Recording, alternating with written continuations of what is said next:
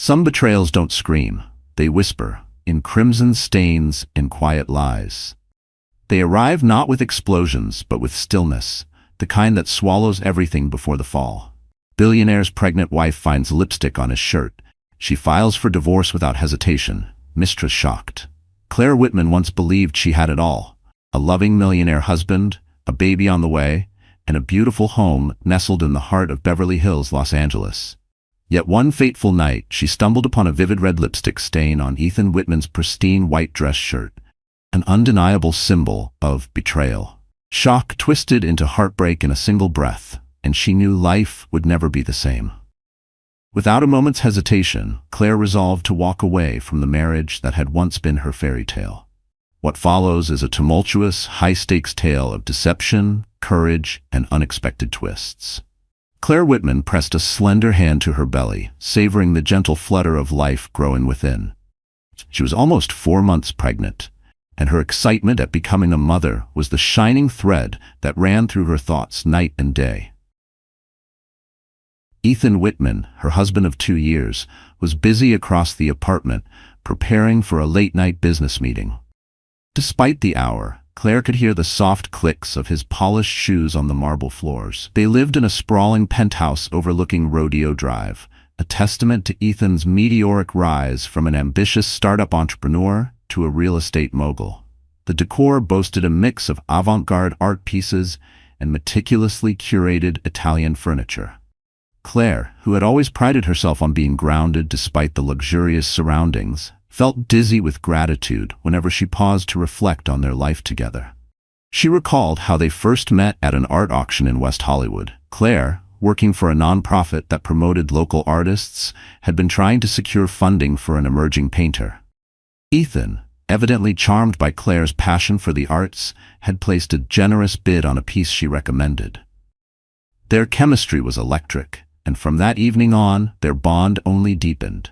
Within a year, he proposed to her beneath the cherry blossom trees in Descanso Gardens. As she fussed with a loose thread on her cardigan, Claire glimpsed Ethan stepping out of the walk-in closet, wearing a crisp white dress shirt and a navy blazer. He looked every inch the confident millionaire, with his sleek dark hair and a watch that gleamed in the subdued lamplight. Approaching her, he placed a tender hand on her belly. "I'll be back by midnight," he murmured, pressing a light kiss to her forehead. Claire smiled, brushing away a nagging sense of unease that occasionally surfaced whenever Ethan had these late meetings. Over the past few months, he seemed more distant, enveloped in a haze of phone calls and hush-hush deals. But Claire reminded herself that he was providing for their growing family. He had stopped lingering at the breakfast table, his morning kisses reduced to absent-minded pecks. The once shared laughter over late-night takeout had faded into silence as he paced the hallway, speaking in clipped tones to someone she never met. His business expansions, though time-consuming, were ultimately for their benefit, or so she told herself. Ethan grabbed his phone and keys. "Don't wait up," he said gently. The door closed behind him, and Claire was left with her own thoughts. The faint hum of the air conditioner filled the silence of the penthouse. Strolling to the bedroom window, she let her gaze wander over the city's glittering skyline. She could see the iconic silhouettes of downtown Los Angeles, witness to countless dreams, both broken and fulfilled. Something about that view always reminded her of how quickly fortunes and fates could change. In a city like LA, she placed a protective hand over her abdomen, silently praying that her marriage and the future of her unborn child wouldn't be among those tragic tales.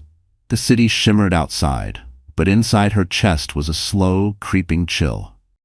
She couldn't shake the image of Ethan smiling at his phone, a smile she hadn't seen directed at her in weeks. In this moment, Claire had no inkling of the betrayal she would soon uncover, or how that single damning evidence on a shirt collar would unravel the life she believed was perfect. Days passed uneventfully, with Ethan alternating between business lunches, lavish galas, and property site visits. Claire tried to be supportive, offering her presence at key social gatherings. She was well aware that image could make or break a business deal in Ethan's world. Her refined charm and warm smile had often won over potential investors, who admired not just Ethan's acumen, but also the graceful, charitable woman by his side. Still, she often caught herself scanning the rooms they entered, searching not for opportunity, but for something else. A glance too long between Ethan and a guest, a touch that lingered a beat too long. Yet beneath the glitter, a sense of unease took hold. Claire couldn't ignore the subtle changes in Ethan's behavior. He seemed on edge, answering calls in hushed tones and stepping out of earshot whenever his phone buzzed. Once she caught him erasing a thread of messages when he thought she wasn't looking. He had smiled, but it hadn't reached his eyes. She tried to dismiss her suspicions as paranoia.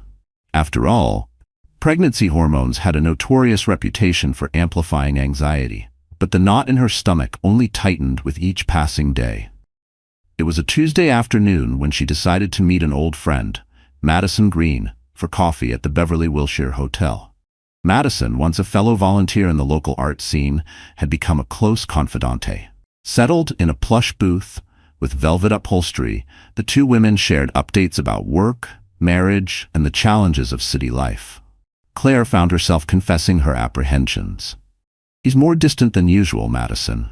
I know he's busy, but there's something else. He's always shutting off his phone when I walk into the room, or when he steps away to take calls in private," Claire said. Madison frowned sympathetically. "Have you tried asking him directly?" "Yes, but he just says it's sensitive business stuff, client confidentiality." Claire toyed with her teacup, swirling the contents absently. "I don't want to accuse him of anything. Maybe I'm overreacting." Madison reached out and gently squeezed Claire's hand. "It's natural to feel more vulnerable right now, especially with a baby on the way. Just promise me you'll listen to your instincts." Claire nodded, though the conversation only fueled the unease that had been growing inside her. Later that night, she mustered the courage to gently probe Ethan about his schedule. Asking why his hours had grown so erratic, he offered a practiced smile. "These real estate deals are time-sensitive, especially with the economy in flux," he explained. "Opportunities pop up fast, and I have to move quickly." He stroked her cheek, adopting a softer tone. "I promise, once we lock in these contracts, things will calm down. I'll spend more time at home, with you and the baby." She wanted to believe him. Wanted to think that the flicker of dread in her heart was just an overblown reaction. But the next few days did little to quell her worries. Ethan's phone pinged with messages at odd hours. His suit smelled faintly of a perfume that wasn't hers. And more than once, she caught him texting someone late into the night, his phone tilted away from her line of sight. A storm was brewing in her mind. She could sense it, like thunder rumbling faintly in the distance. All that was needed was a catalyst, a flash of lightning to bring everything crashing down. It happened on a stormy Wednesday evening. Thunder rattled the windows, and rain pelted the glass in steady torrents, setting a tense backdrop for the discovery that would shatter Claire's world. Ethan had rushed out that morning for a breakfast meeting at the Four Seasons Beverly Hills, and by late evening, he still hadn't returned or even sent a reassuring text. Battling insomnia, Claire found herself pacing the living room floor. Her back ached, a common pregnancy complaint, and she decided to pass the time by tidying up. She stepped into the laundry room to collect the hamper of clothes Ethan had carelessly piled. Sorting through his shirts and trousers, Claire paused when she noticed a faint red stain on the collar of one of his freshly worn white dress shirts.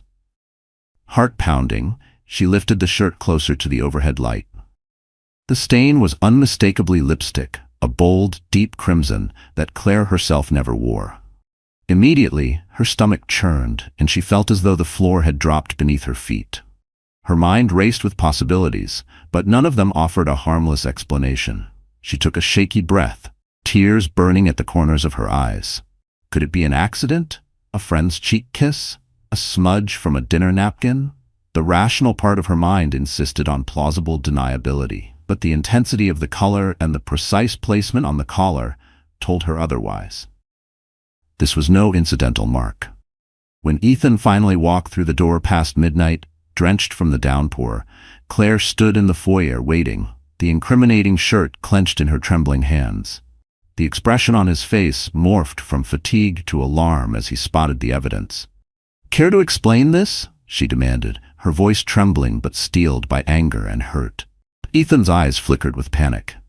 "Claire, it's not what you think," he stammered. He reached for her, but she jerked away.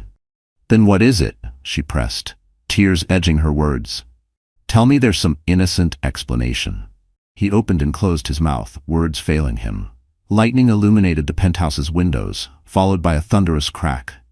The silence that ensued was almost deafening. Claire's heart pounded so violently she feared she might collapse. She pressed a hand against her belly, as though to shield her unborn child from the corrosive tension filling the room. It must have come from a colleague," Ethan finally managed, his tone unconvincing. "Someone at the meeting gave me a friendly hug." Claire erupted in a choked sob, slamming the shirt to the floor. "Stop lying," she hissed, her voice thick with betrayal. "Do you think I'm stupid, Ethan? You've been hiding things from me for weeks." He reached for her again, desperation twisting his features. "Claire, calm down.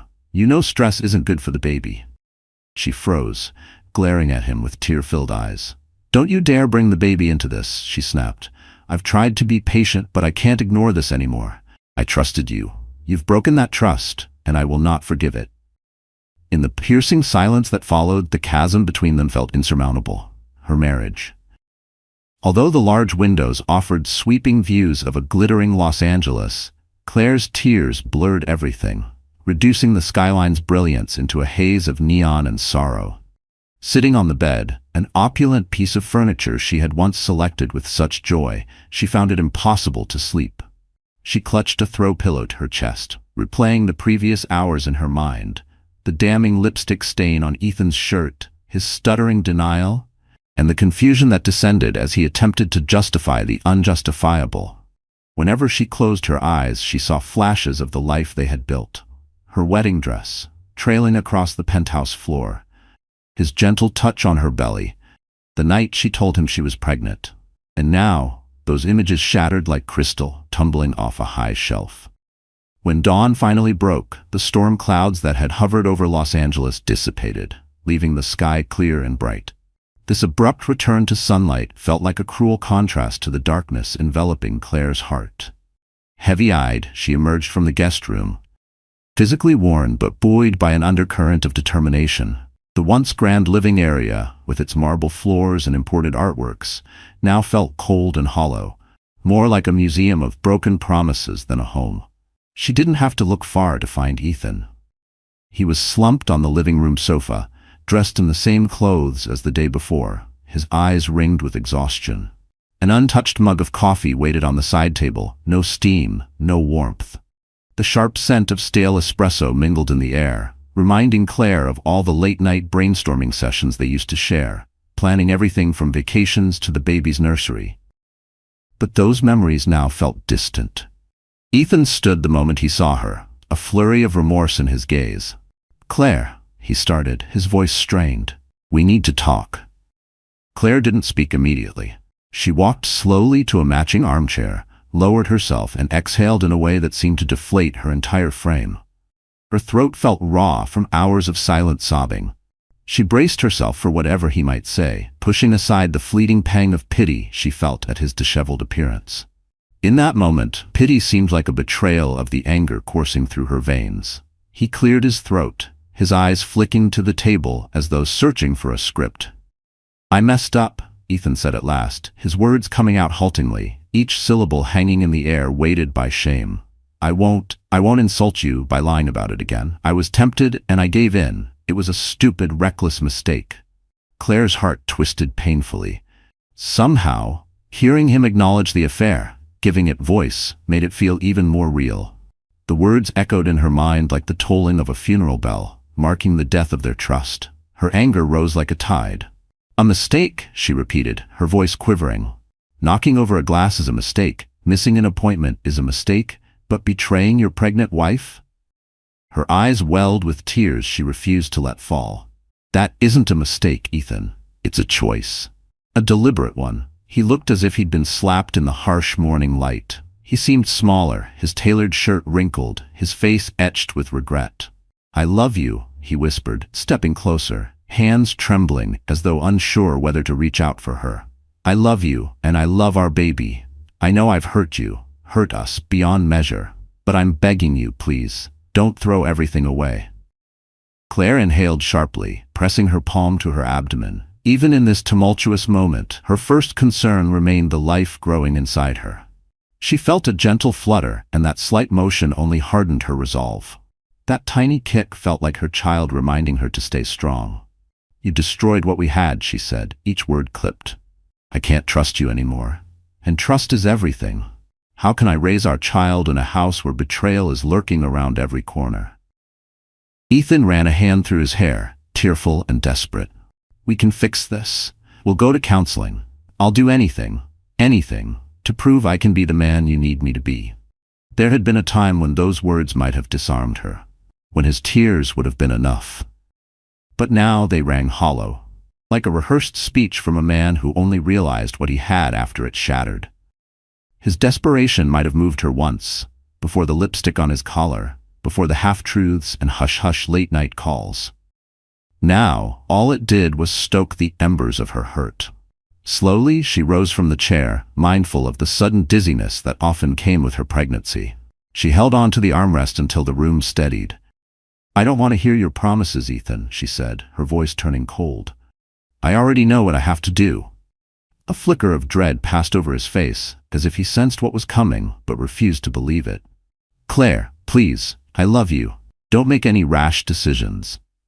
She almost laughed, a brittle sound echoing in the quiet penthouse. Rash decisions? This is the clearest I've felt in weeks. I've been ignoring my gut, Claire said, her voice low, convincing myself it was just the hormones, making me paranoid. But last night proved every doubt was real. Tears threatened again, but she blinked them away. I won't let our child grow up in a marriage built on lies. I'm filing for divorce. The finality of her words hung between them. Ethan's face contorted with panic. He reached for her, but she stepped back. Even now, she felt a surge of protective instinct, a need to shield herself and her unborn baby from further harm. A heavy silence followed, broken only by the city's muffled clamor from the streets below. Divorce? He echoed hollowly. Claire, please, don't do this. Let's talk about counseling. Let's try. Don't throw away everything we've built. His pleadings were reminiscent of an earlier time in their relationship, when he could charm her out of any argument, promising things would turn out all right. But those illusions had shattered under the harsh light of betrayal. She gazed at the man who had once felt like her entire world, her confidant, her partner, the future father of her child, and felt only a raw ache where her devotion used to be. You made that choice for us the moment you let someone else into our marriage, Claire said quietly, her resolve unwavering. I'm going to protect my baby and myself, no matter what it takes. Ethan seemed at a loss for words, his mouth opening and closing soundlessly. At last, he sank onto the sofa, dropping his head into his hands as though he could block out the reality unraveling before him. For a lingering minute, Claire observed him, this strong, confident man who had built an empire, now reduced to a figure of regret. She realized that she pitied him, but that pity no longer softened her stance, her anger, her heartbreak, her sense of betrayal. They all demanded that she move forward on her own terms. I'll stay in the guest room until I figure out my next steps, she announced, her voice trembling only slightly. Don't expect anything more from me, and don't try to talk me out of it. As she walked away, her footsteps echoed in the penthouse hallway, a slow, resolute sound. She shut herself back in the guest bedroom, sliding down to the carpet and letting the tears flow freely. This time, however, there was a grim kind of certainty in her sobs. Her future would look vastly different from the one she had imagined, but it would be hers to shape, free from deceit. In that moment, Claire knew their marriage was done. The foundation they had built, so outwardly strong, had crumbled under the weight of lies. Now all that remained was to gather the fragments of her life, protect the baby she carried, and file for the divorce she had never imagined she would need. As the day wore on, she lay curled on that unfamiliar bed, her hand resting on her growing belly, silently vowing that she would never let betrayal define her child's future or her own. A mix of dread and determination gripped Claire as she stepped out of the taxi in Century City, Los Angeles. A crisp wind rustled her coat, and her pregnant belly was more pronounced than ever. She wrapped her arms around herself, steeling her resolve before pushing open the glass doors to Anderson and Field's Law Group, the place where she would formally begin the process of ending her marriage. Inside, the space exuded an air of quiet sophistication. Sleek furniture, soft lighting, and artwork that hinted at wealth and privilege. Claire approached the reception desk nervously, clearing her throat. "I have an appointment with Thomas Anderson," she murmured. Within moments, a friendly paralegal escorted her into a spacious corner office. Floor-to-ceiling windows offered a panoramic view of the Los Angeles skyline. Thomas Anderson himself, a tall, silver-haired man with a gentle demeanor, greeted her, gesturing toward a comfortable chair. She sank into the seat, feeling an unexpected wave of relief at the presence of someone willing to guide her through the legal labyrinth. "Claire Whitman, correct?" Thomas began, scanning his notes. "You're seeking a divorce on grounds of infidelity?" She nodded briefly, explaining how she found the lipstick and how Ethan had confessed to an affair. Each word felt like a knife, but she forced herself to speak calmly. Thomas listened attentively, occasionally jotting down notes. When she finished, he leaned forward, folding his hands. "I'm sorry you're going through this," he said gently. "Divorce is never easy, and it's even more complicated when you're expecting a child. Our firm has handled numerous high-profile divorce cases, and will do our utmost to protect your interests and your child's." He explained the process, filing the initial paperwork, serving Ethan with the divorce petition, and negotiating a potential settlement. Claire's mind spun as she tried to absorb the details: alimony, property division, child support, custody arrangements once the baby was born. Her voice quivered when she finally spoke. "Ethan is wealthy, resourceful, and well-connected. I'm worried about how he might react once he realizes I'm serious about this," Claire admitted. Thomas gave her a reassuring nod. "We've handled clients with high net worth. We'll ensure you're protected, physically and financially. And remember, in California, the court's primary concern is the best interest of the child. That will guide any custody decisions." Claire exhaled slowly, relief mingling with trepidation. "Thank you," she whispered. "I want to finalize this as quickly as possible." He offered a solemn smile. "I understand, but these things can take time. Ethan may challenge the terms, or he might cooperate if his counsel advises him to. Either way, we'll remain diligent. You won't face this alone." As she left the office, clasping a folder of documents and instructions, Claire felt a mixture of heartbreak and empowerment. Every step away from her old life felt simultaneously liberating and terrifying. She was giving up the world she once adored, her plush penthouse, the fancy galas, and the illusion of a perfect marriage. But she was determined to preserve her self-respect and shield her unborn child from a life steeped in deceit. If Ethan thought he could charm her back into submission, he would soon discover that Claire Whitman was done playing the role of a complacent wife. Ethan Whitman paced the living room of the penthouse, his footsteps echoing off the marble floors. He had received a call from a mutual acquaintance, hinting that Claire had been spotted at a high-end law firm. Now, his worst fears solidified. A courier arrived, bearing a thick envelope with the Anderson and Fields letterhead. He tore it open, his pulse roaring in his ears. Petition for divorce. A cold sweat broke out on his forehead. The meticulously curated space around him, masterpieces on the walls, designer furniture, and a skyline view, suddenly felt suffocating. He sank onto the sofa, rereading the legal jargon that spelled out the end of his marriage. It mentioned child support, spousal maintenance, and the potential division of assets. Worse still, it pointed to his affair as the catalyst. In desperation, Ethan dialed Claire's number. It rang several times before going to voicemail. He tried again, only to meet the same result. Frustration boiled over, and he hurled his phone onto the coffee table. In that moment, he realized the magnitude of his actions. His wife, who was carrying his child, was officially leaving him. And the wheels of the legal system were already in motion. Later that evening, he made a call to his own lawyer, a sharp-tongued litigator named Patricia Quinn. Patricia's direct approach had won him various business disputes in the past. However, when Ethan explained his predicament, Patricia's normally brusque tone tempered with caution. Personal matters can get messy, she told him. Especially with a baby on the way. We'll want to approach this carefully. Courts don't look kindly on infidelity in high-stakes divorces. Ethan rubbed his temples, exhaustion lining his face.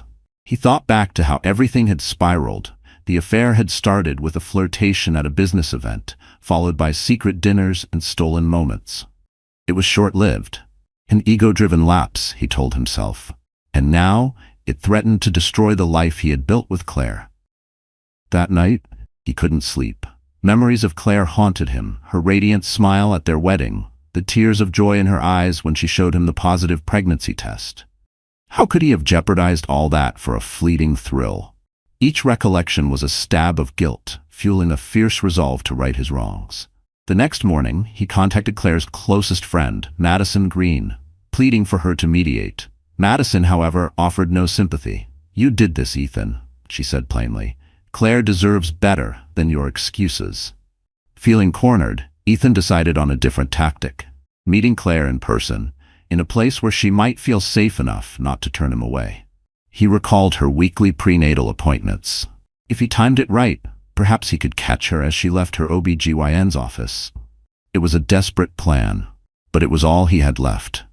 He realized with dawning clarity that if he wanted any chance at redemption, he would need to fight humbly and sincerely for his marriage, even if Claire had already made up her mind to leave him behind. Claire's prenatal checkup at Cedars-Sinai Medical Center was supposed to be routine: an ultrasound, vital checks, and a quick conversation with Dr. Lucinda Vogel about her pregnancy progress. She had tried to keep her personal life separate from her medical appointments, but the turmoil in her marriage was beginning to show. She felt on edge, sleeping poorly and weeping at random intervals. Dr. Vogel gently suggested counseling for stress, reminding Claire that emotional well-being was crucial for both her and the baby. Emerging from the building, clutching a folder of ultrasound images, Claire walked into the crisp morning air. She paused for a moment, gazing at the black and white printout of her baby's profile, feeling both heartbreak and a fierce maternal protectiveness. Suddenly, a familiar voice cut through her thoughts. "Claire." She looked up to see Ethan standing beside one of the hospital's stone pillars. He appeared haggard, dark circles under his eyes and an uncharacteristic slump to his usually confident posture. Claire's pulse spiked with anxiety. "What are you doing here?" she demanded, her voice taut. She instinctively placed a protective hand over her belly. He stepped forward, hands raised as though to show he meant no harm. "I just wanted to talk, please." She glanced around, noticing curious onlookers, mortified by the public scene. She nodded toward a nearby bench, ensuring they remained in an open space. Once seated, Claire fixed him with a wary look. "You can't keep ambushing me, Ethan." He swallowed hard. "I know, I'm sorry. I just had to see how you're doing, how the baby is doing." His gaze dropped to the ultrasound pictures she held. "Is everything okay?" She inhaled sharply, recalling her vow to remain composed. "Our baby is fine. I'm coping, and I'm continuing with the divorce," she added pointedly. Ethan's face twisted with regret. "Claire, I accept full responsibility for hurting you. I was selfish and stupid, but I'm begging you to give me another chance, to at least consider therapy before finalizing anything." Her jaw tightened. "I've heard your apologies, Ethan. They don't erase the betrayal." She struggled to maintain her composure, reminded of how deeply she had once trusted him. "What you did destroyed the foundation of our marriage. Love without trust is worthless." A tear slid down his cheek, and Claire blinked in surprise. She'd never seen him cry before. "I can't lose you," he whispered, his voice choked. "I can't lose our family. I know I don't deserve another shot, but I'm going to fight for you until the day the ink dries on those divorce papers." Emotion welled in Claire's chest. Part of her wanted to lash out, to accuse him again of his infidelity. Another part felt an ache of sympathy, recalling the man she once believed in wholeheartedly.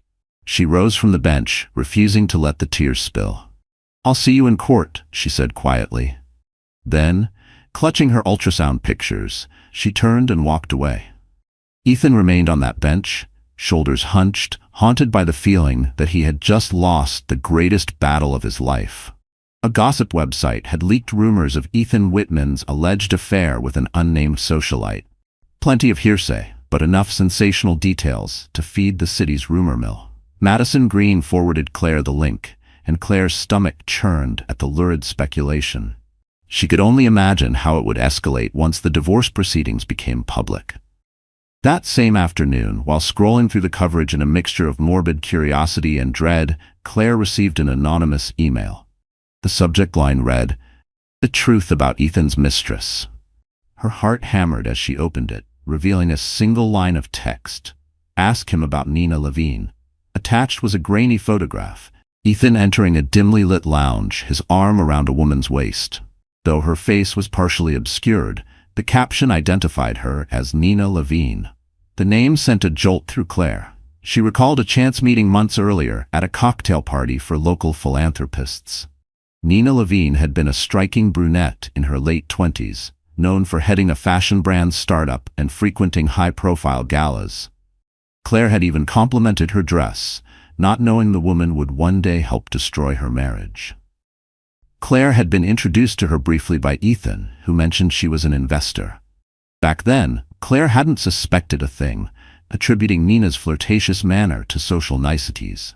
Now she remembered the faint trace of familiarity in their exchange, how Nina had smiled a little too knowingly, how Ethan's hand lingered a second too long on Nina's lower back.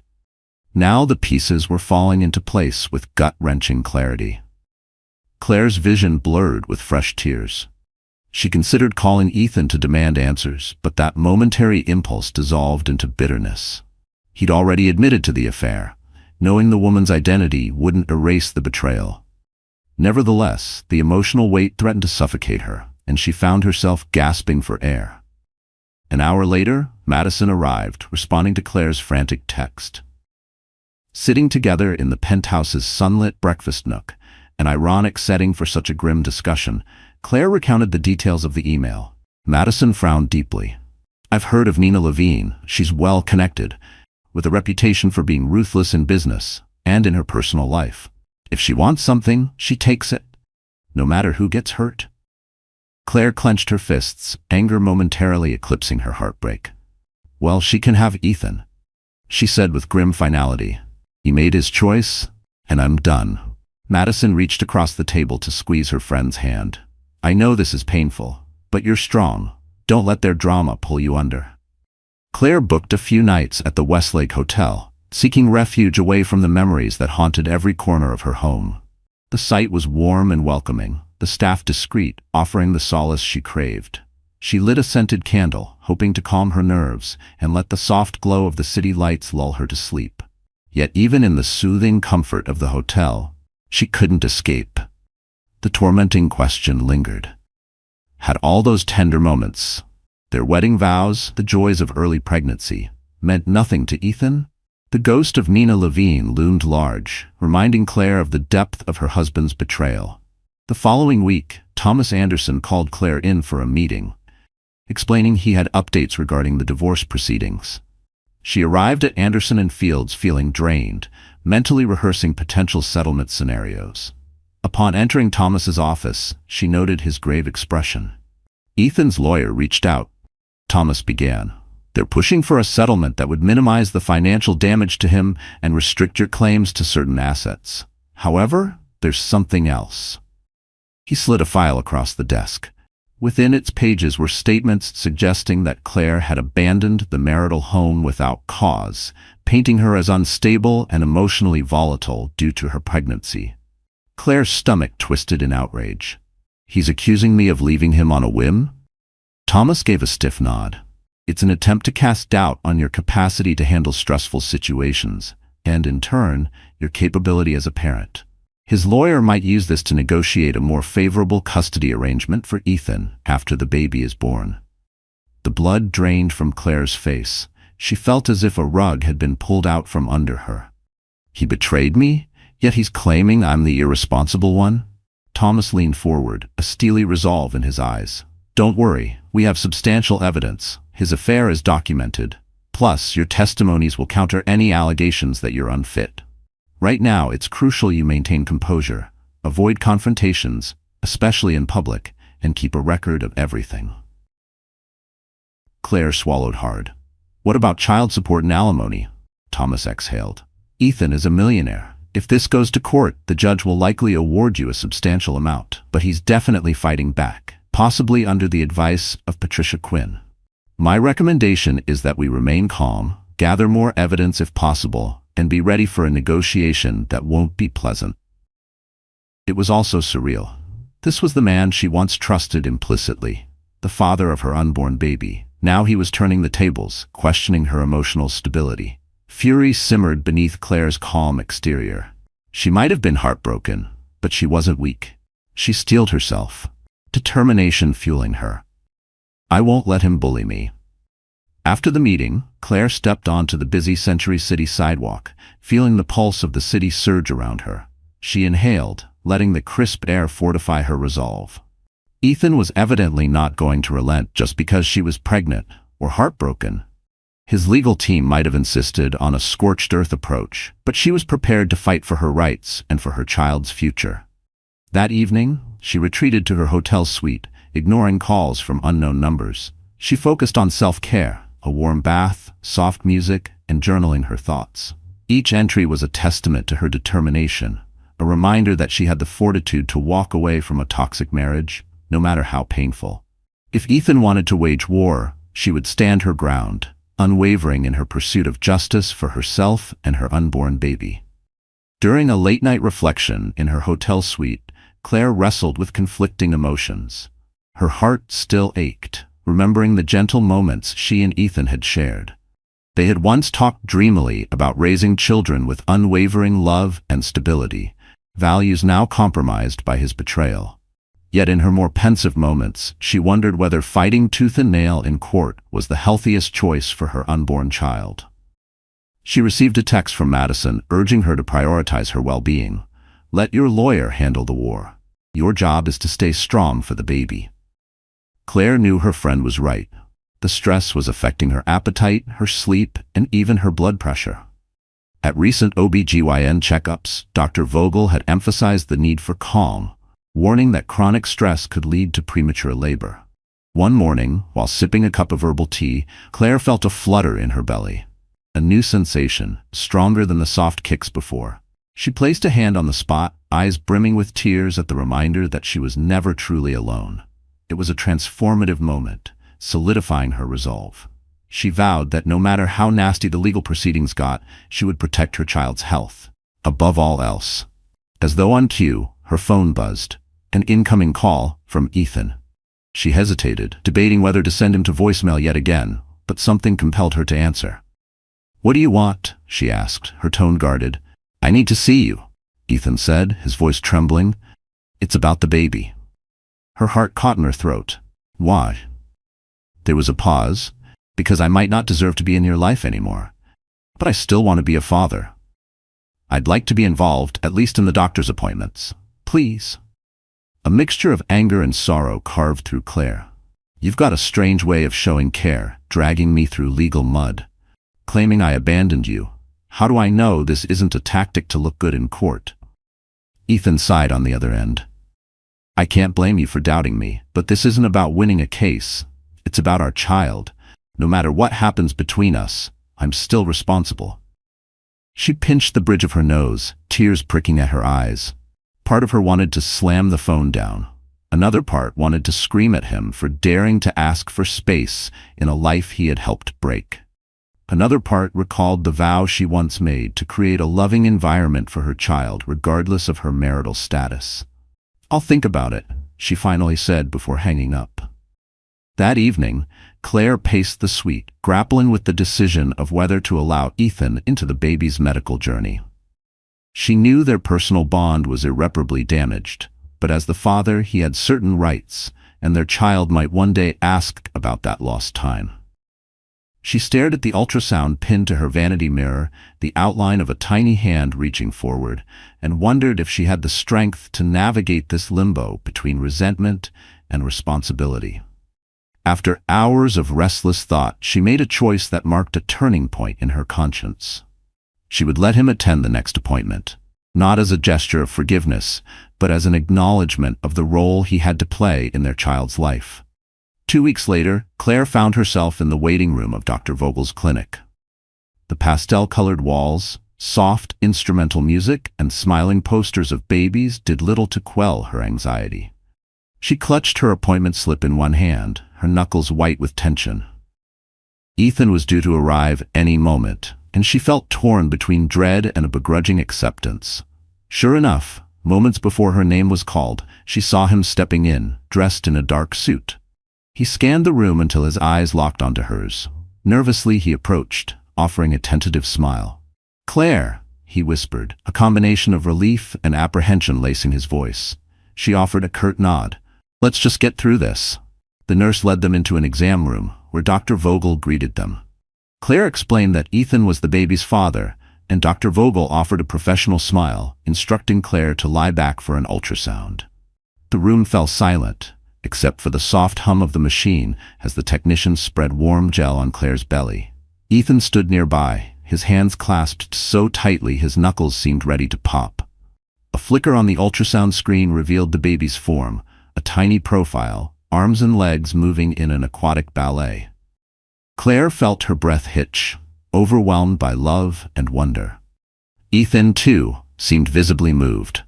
Dr. Vogel gently described each measurement and the baby's developmental progress, occasionally pointing to the screen where the baby's heartbeat pulsed in a reassuring rhythm.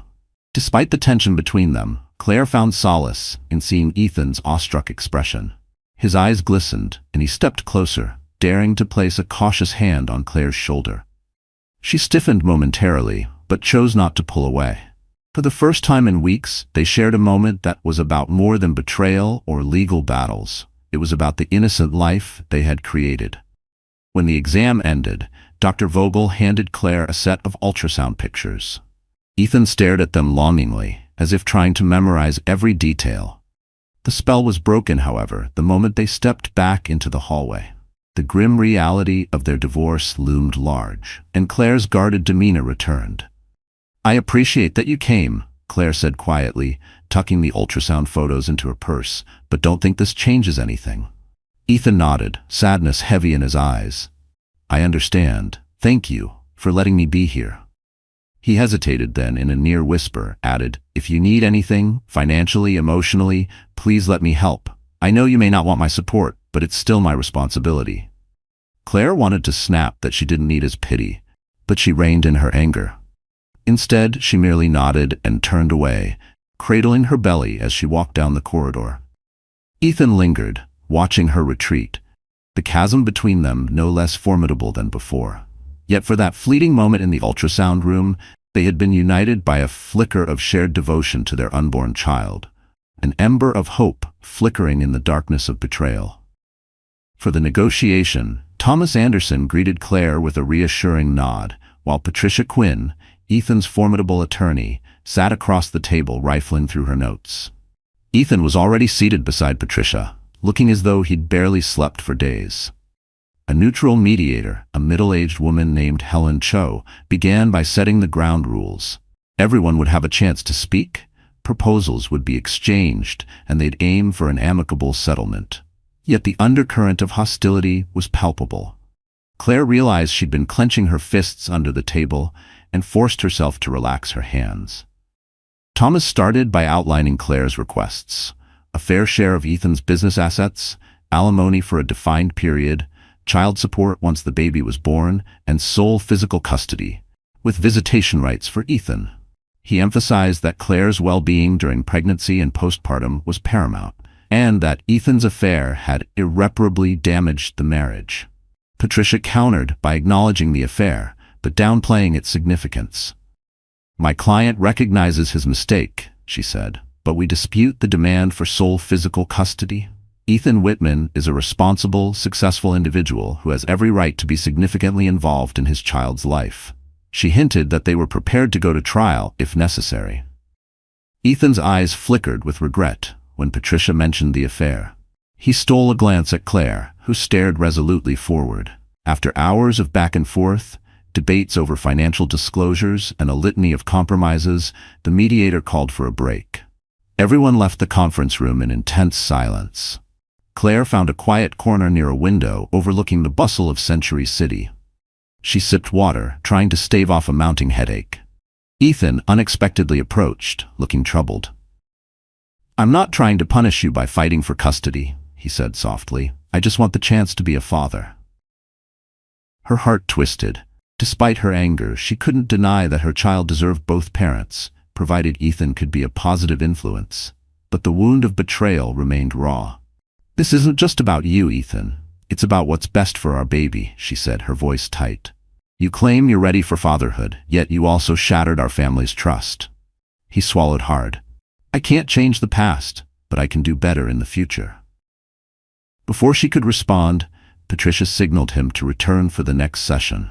With a resigned sigh, Claire headed back to the conference room, Thomas by her side. Another wave of negotiations ensued. By day's end, they hammered out a tentative agreement. Claire would receive a substantial financial settlement, spousal support for a set time frame, and child support once the baby was born. In return, Ethan was granted joint legal custody, ensuring he had a voice in important decisions for the child, while Claire maintained primary physical custody. As the mediator summarized the agreement, Claire felt a swell of relief. It wasn't a perfect resolution. No arrangement could mend the heartbreak, but it was a roadmap to the future. She allowed herself a small sigh, aware that the hardest part still lay ahead, truly moving on. In the weeks following the mediation, Claire Whitman entered a new phase of life, one that felt both frightening and liberating. She continued to stay at the Westlake Hotel, while scouring listings for a suitable apartment. The penthouse, laden with memories and half-truths, was no longer an option. She wanted a fresh start, a sanctuary where she could welcome her baby without the shadow of betrayal looming over every doorway. Ethan, for his part, moved forward with fulfilling the terms of their tentative settlement. He arranged for monthly support payments and even offered to foot the bill for a more comfortable place if she needed it. Claire declined, preferring to stand on her own feet. Yet in quieter moments, she recognized that joint legal custody meant they would always be connected through their child, no matter how final the divorce might feel. During her next prenatal checkup, she arrived alone. Though Dr. Vogel inquired if Ethan would be attending, Claire answered with a gentle shake of her head. The last time he came, she had allowed it because it felt right for that moment. Now she needed space. When she heard the baby's heartbeat, a steady, reassuring thump, she felt newly energized, ready to embrace the future as a single mother. But that night, alone in the quiet hotel suite, she was ambushed by a sudden wave of emotion. Claire curled onto her side and wept into her pillow. Not just for what had happened, but for what could have been. She remembered the night she told Ethan she was pregnant, the way he'd held her like the world was theirs. And now, that world no longer existed. That evening, Thomas Anderson called to confirm that the divorce paperwork was progressing. The final decree might be signed off within a few weeks. Unless something unexpected arises, we're on track, he said. A sense of closure washed over Claire when she hung up. She was well aware that heartbreak doesn't vanish with a judge's signature, but it was a step toward healing. She spent hours poring over nursery designs, picking soft pastels, and selecting a crib with matching bedding. Each tiny decision felt significant, a pledge to her baby that they would create a warm, loving home, even if it lacked the presence of a traditional family unit. Meanwhile, Ethan poured himself into philanthropic endeavors, or so said the social columns. He started a charity initiative aimed at providing housing for single mothers, a move that drew public praise. Claire, seeing the headlines, remained cynical. Was it a genuine gesture of remorse, or simply a tactic to repair his image? In truth, it didn't matter. She'd already chosen her path. As the final papers neared completion, Ethan asked if they could meet for coffee. No lawyers, no mediators. Reluctantly, Claire agreed, hoping the brief exchange might lay the groundwork for a respectful co-parenting relationship. They met at a discreet cafe in Westwood Village. The conversation was polite, laden with the tension of unspoken apologies and unhealed wounds. Ethan expressed admiration for her resolve and reiterated his commitment to being a good father. Claire nodded, her hand resting on her growing belly. They parted with the knowledge that their lives would forever entwine around the child they had created, but that the marriage they once cherished was nearing its final end. Days later, the divorce decree arrived. delivered to Claire's new address in a simple manila envelope. She held the document with trembling hands, reading each line, then breathing deeply. She signed where needed, tears slipping down her cheeks. It was done. The next morning, Claire awoke in a sunlit apartment, a new beginning. Despite the heartbreak, she felt surprisingly calm, as though the storm had finally passed and she was standing on firmer ground. She had endured betrayal, confronted it head-on, and emerged stronger. Now, her focus shifted to the hopeful future awaiting her and her unborn child. And for the first time in many weeks, she smiled. Claire's journey proved that even the most glittering marriage can be undone by a single betrayal, and that true strength surfaces in life's darkest moments. From the wrenching discovery of lipstick on Ethan's shirt to the final signing of divorce papers, she embraced every challenge with courage, driven by an unwavering desire to protect her unborn baby. In the end, she carved out a new life that prioritized honesty, self-respect, and the promise of a brighter tomorrow. 3 days after the papers were filed, a message lit up her phone. It was Ethan. "Nina and I are done. I never stopped thinking about you." Claire stared at the screen for a long moment. Then, without hesitation, she deleted the message. Some doors are better left closed. Dear friend, sometimes the most courageous thing we can do is to let go with grace. Not because we are weak, but because we finally accepted what we cannot control. Like Claire, we are all tested in ways we don't expect. But as the Stoics remind us, we cannot choose our external circumstances, but we can always choose how we respond. In the end, it's not the heartbreak that defines us, but the healing, the quiet resolve to rise and rebuild with dignity. You are stronger than the storm you survived. If Claire's story resonated with your heart, we'd love for you to like, share, and subscribe to our channel. It helps us continue sharing meaningful stories that speak to the soul, and maybe even help someone else find their strength.